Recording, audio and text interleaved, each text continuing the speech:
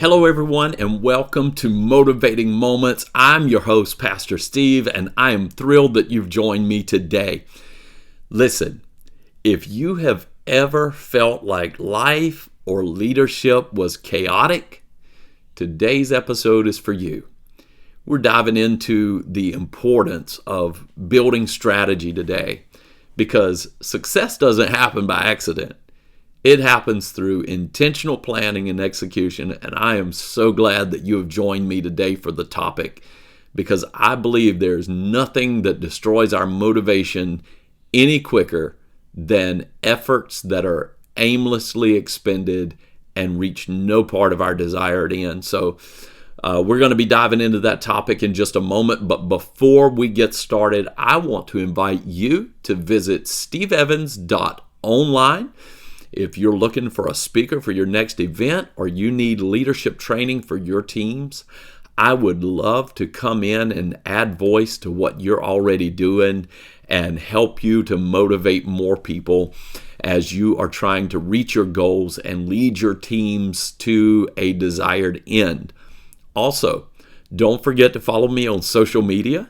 Just search for Pastor Steve Evans. And if you would prefer a video version of this podcast, head on over to my YouTube channel to watch this episode and many others and subscribe so that you don't ever miss a moment of motivation. So now let's talk about building a strategy for success. First of all, I want to define for you what strategy is and why it matters. Strategy is this. I want you to think of strategy simply as a roadmap. It's the plan that takes you from where you are currently to where you want to be. I believe this is so important because I believe there are so many people that know where they want to be, but they lack two things. First of all, they lack an awareness of where they are. They know they're not where they want to be, but they're not fully aware and not fully honest with themselves about where they actually are. Be honest with yourself about where you actually are.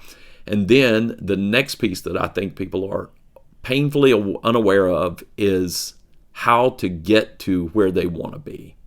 And that's what we're going to be talking about today. Listen, there is a stark difference between action without direction and strategic, intentional action. You never get anywhere much by accident. And there's a biblical foundation for this, and Proverbs 21:5 says this: "The plans of the diligent lead to profit as surely as haste leads to poverty." Part of the time, as we read there in the scripture, that, we all want dreams to come true. And quite honestly, we live in a fairy tale world that has taught us that, dreams really do come true with the ringing of a bell or the wave of a wand or whatever the case may be. Listen, the average overnight success takes about 15 years, okay? So I say that kind of tongue-in-cheek, but it's serious. It's serious. We don't always know the backstory. We don't always know and understand what people went through to get to where they're at. But I can promise you that there was a slow, steady plotting. There was a firm strategy in place that helped move them from where they were to where you see them now and the thing that you celebrate in their lives. Listen, I can attest firsthand, as I often do. Part of this is me encouraging you, and honestly, part of it is just therapy for me to come and unpack some of the misgivings and missteps, and hopefully, my missteps will help you to not have to experience the same ones. So, but there are so many examples of times that I'm a big picture guy. I really am. I can paint vision in the broadest strokes. I can share with you the most grandiose dreams and just really see. I believe God has given me that gift that I can see and have a vision. I'm not saying I'm a seer. I'm just saying that I have an ability to look at things that are and see them for what they could become, to identify the potential in them. And I'm not the best in the world when it comes to mapping out the plan. It is a discipline. And as much as I would like to say that you need to rely on your strengths and delegate your weaknesses, sometimes that's a good plan. But there's a lot of times that, we just need to not be lazy, and we need to discipline ourselves, and we need to make ourselves do some of the things that it's not even that it's a weakness. It's just not our favorite thing. It's not that we're incapable. It's just that we honestly just don't feel like it sometimes. And I want to encourage you in that, because that is a robber, because without a strategy, you may work hard but end up in the wrong place. Without strategy, you may work hard and end up in the same place, because effort without direction is wasted energy. That's just it. Effort without direction is wasted energy. So I'm going to give you some very simple steps here to build a winning strategy. And I hope you've got a pencil ready, or you'll bookmark this episode or whatever to go back and listen to it later and to get these steps in. We may not labor a long time on each one, but if you've got an opportunity to write these down, then please do so. And like I said, you can always bookmark this episode, save this episode, and come back to it later. But the first thing I want to start with, step one, is to clarify your vision. Clarify your vision. Habakkuk chapter 2 says this: write the vision, make it plain, so that he who reads it can run towards it. There's a clear understanding of the direction that we're headed and what the intended end of our efforts and our investments should be. Stephen Covey, the author of The 7 Habits of Highly Effective People, says it this way: that you and I should begin with the end in mind. That means that we understand where we're at, we understand what resources that we have in mind, but we need to begin there with the end in mind. One of the things that I often stress to my team, and I don't even know where I heard this now, but I heard it years and years and years ago, 25 years ago maybe. But it is, you need to behave like you want to become. You need to behave like you want to become. You say you've not reached that level yet, go ahead and start behaving like you have, because if you don't behave like you have, you probably never will. The right people won't see in you the talents and the gifts and the maturity and the wisdom to be able to extend you an opportunity. You may miss out on things because you haven't clarified a vision for your life and begun to act in accordance with that vision. Listen, I can't tell you how much a clear vision has helped me over the years in leadership and in ministry endeavors, in leading teams, in leading people, because having a clear vision helps you have the best yes, and it also gives you the framework to graciously say no, to say, that is a great idea. I'm just not sure that it's the idea that I need to pursue right now. I'm not sure that this is the direction that I need to. Yes, it is a fabulous opportunity, and I thank you so much for it, but it is not the direction that I see my life, my career, my business, my ministry moving right now. Or should I say the business, the career, the ministry that God has entrusted to me, that's not the direction that I've understood that this thing needs to move. So I'm going to have to take a hard pass on that one. I can't go down that road with you. So step number 2 is you need to assess your resources. Assess your resources. Take an inventory. Take an inventory of what you have, your time, your talent, your finances, the relationships, the people that are close to you, that are willing to, to link arms with you, that are ready to take the necessary steps with you. And just ask the question, what tools do you have in your hands? What tools are at your disposal? And having made that assessment, then say, hey, where do the pieces fit? Assess those resources, not only for what they can bring to the table, but also where are you going to get the greatest ROI from those? Like, where do you have people around you that are super talented at various things that you're not? Where do you have where can you be more frugal in an area, but you really need to release some resources in another area?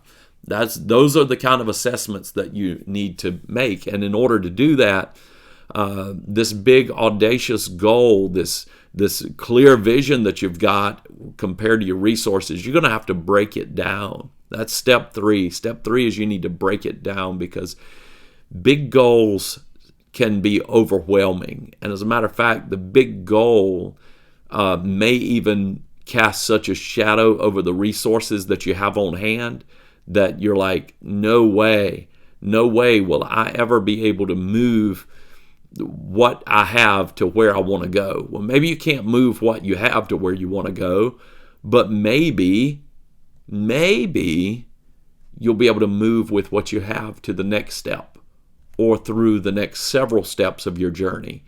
And as you move along, you may find that you've acquired more things, more resources, more people, more manpower, more people that have bought into your vision, more people that want to champion what you're doing and come around and get behind what you're doing and what's going on. But break down that big goal, because it can seem so overwhelming. Break it down into smaller, actionable steps. I think of in this the parable of the talents. The parable of the talents found in Matthew chapter 25. The one who was faithful with the 5 talents was given 5 more.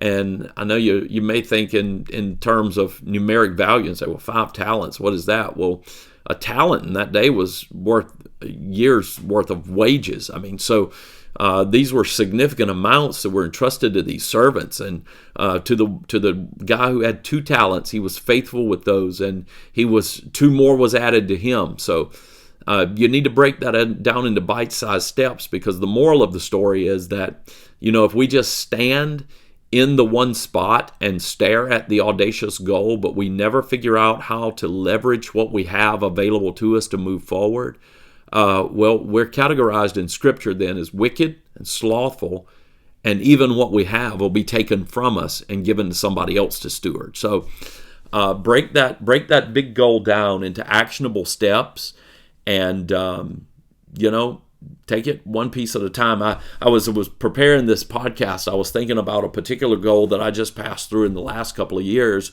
I just wrote my first book. It's called The Unstoppable Church. And, this wasn't something that just one day I sat down and said, today I think I'll write a book. I think I'll just settle in and squeeze me out a paperback today. So, no, it was a process. It was a process that began with a dream board, the development of a thesis, chapter outlines, the gathering of resources, source materials, the filling out of that body, and the diligent work required to turn that into a manuscript, the careful consideration in introductions and conclusions, and then finally the editorial process and the cover designs and all of those things. And, again, the overnight success is, bang, there's a book, but nobody saw the year, maybe 18 months or more that went into the preparation of the material to be in the book. But it takes one step at a time, and you have to break down the overall goal into smaller pieces and just say, okay, well, over the next 6 months, I'm going to, whatever that next step is, just start on it. Or maybe over the next 3 weeks, I've got a goal to attain this this next thing. So do that. Then after you've done that, I want to encourage you with this, because here's the curveball. Are you ready? Are you ready? You're in the batter's box, and the fastballs have been coming, and they've been right over the middle of the plate. Watermelons, you could have smacked one over the fence at any time. But here comes the curveball, and this sometimes will take us out. It's 0-2. This one will send us to the bench because we weren't ready for it. Number 4, stay flexible. Stay flexible, because life happens. Life happens, and plans will need to adapt. I am speaking to somebody right now that just because I said that, you are so rigid in your personality, in your planning, in your obsessive compulsive disorders. You are so rigid right now that just to hear me say stay flexible because life happens and plans will need to change, that if you're listening to this on the highway, you almost skidded into oncoming traffic. And I'm sorry, I didn't mean to do that to you. Please forgive me. But a good strategy isn't rigid. It allows room for life. It allows room for change. It understands that as clear as you think you see it now, there will be a greater definition as you move further down the road that will add much needed clarity to your journey, and you will need to be able to adapt. You will need to be able to course correct.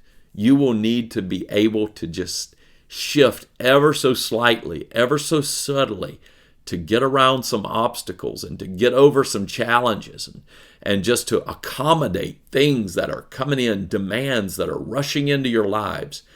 And just stay, just be flexible. Just stay pliable in the process. And man, I can't tell you, I am of the strengths I have, I would say that my ability to play it by ear. That's what my wife and I tease about that all the time. Like, what are we going to do with X, Y, and Z? Well, we're going to play it by ear. That's what we're going to do. In other words, we're going to listen for the change in the melody, and we're going to pitch correct. We're going to key correct and key change when we get there. But there's no need to get all up in arms about it. No need to get worked up over it, because life is going to change, and situations, circumstances are going to change. Resources that you thought you were going to have may not be there in the moment. You may also run into some unexpected resources, and there may be some bounty that you weren't necessarily counting on that's coming your way, and all those things. But you need to stay flexible in those things. Stay flexible with projects and ideas, and let them evolve into what time shows you they should, time and experience show you that those things should evolve into. Step number 5, I want to invite you to stay consistent. You hear that so many times on this podcast, but again, it's not what you do occasionally that really makes it. It's what you do consistently. It's not the one big score that really makes you who you are. It's consistently showing up. A strategy only works if you stick with it. Consistency beats intensity every single time. I'm going to say that again. Consistency beats intensity every single time.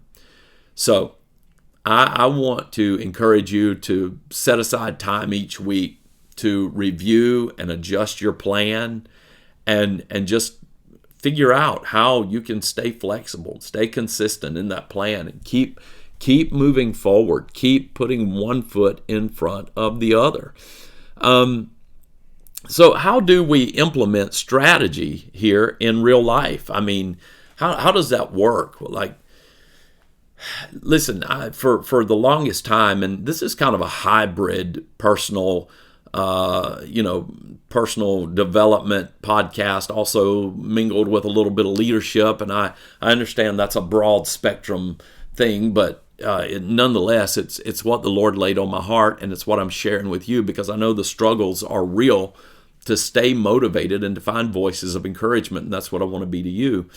But a little side note of leadership here is that I've often I've had the opportunity to sit in a lot of leadership circles, and I'm not saying that there was any intention to do so, but especially in my younger years, I heard so much emphasis on leadership that anytime management was mentioned, it was almost as if management was villainized as being the thing that was going to keep us at status quo.